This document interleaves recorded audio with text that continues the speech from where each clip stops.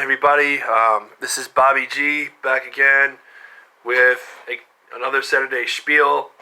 And in this particular week, we have what's known as Parashat Shoftim, which stands for Judges. And the passages for this week are Deuteronomy chapter 16, verse 18 to chapter 21, verse 9. Isaiah chapter 51, verse 12 to chapter 52, verse 12. And as most of you know, because I'm a Messianic and I look through TorahPortions.org and ChosenPeopleMinistries.com, we have Matthew chapter 3, verses 1 through 12, and John chapter 14, verses 9 through 20.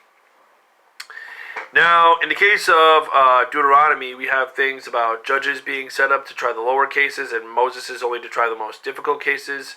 You have investigations where if a crime has been committed, whether it's pagan practices, whether it's adultery, whether it's murder or what have you, you're supposed to have witnesses and you're supposed to do a diligent search to see if this thing is actually true or not. You also have occultism, which is forbidden, which, by the way, for those who don't know what kind of occultism or what is he particularly talking about, this is something that you cannot do if you are an Israelite, if you follow Adonai. No making children pass through the fire, aka no child sacrifices. That is absolute no-no. No fortune telling. No soothsayers. No omen readers, which are basically people who try to predict and manipulate the future, which cannot be done through signs and rituals and things and stuff that God did not ordain. Sorcerers and casting spells, magic, or what's known in Greek as pharmakia.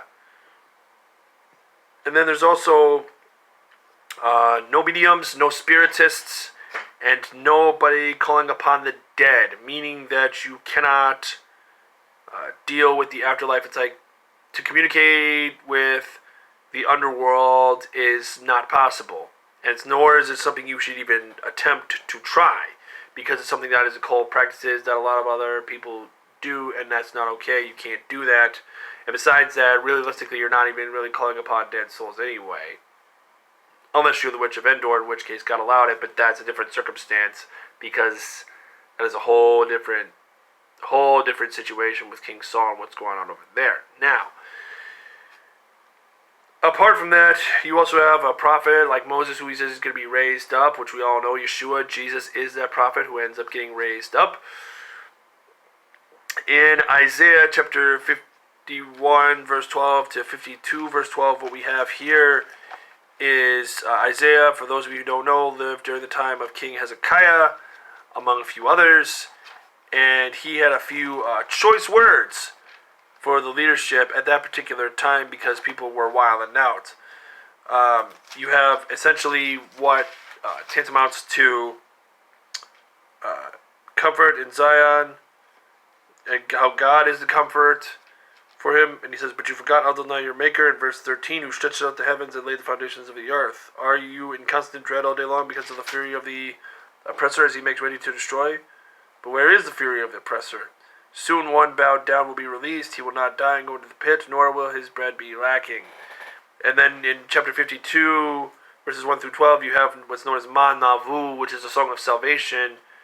And there's a few songs in here as well, and it talks about God's salvation that is to come, because God was the one that delivered Israelites in the Old Testament. He's the one who delivered Israelites in the prophets. And now as we move to Matthew and John, we see that John the Baptist in Matthew chapter 3 is a prophet who speaks of Jesus, who is the coming Messiah.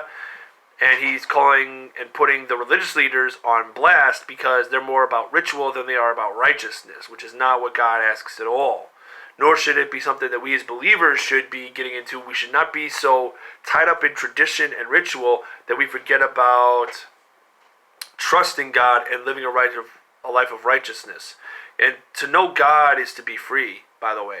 And that's the overarching theme in all of these passages, including even in John, because when John talks about, he who has seen me has seen the Father, and Philip says, show us the Father and it is enough. To which Jesus says to him in John, have I been with you all this time and yet you have not known me, Philip?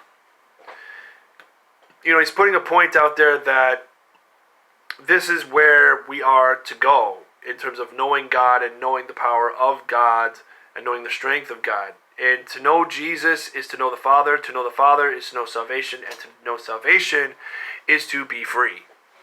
And that is my little message for today that I would push towards people, is that know God. Because when you know God, you follow God, and you fear God in a way where He is revered. To know God in that way is to actually be free. And to know God's will is to live in peace.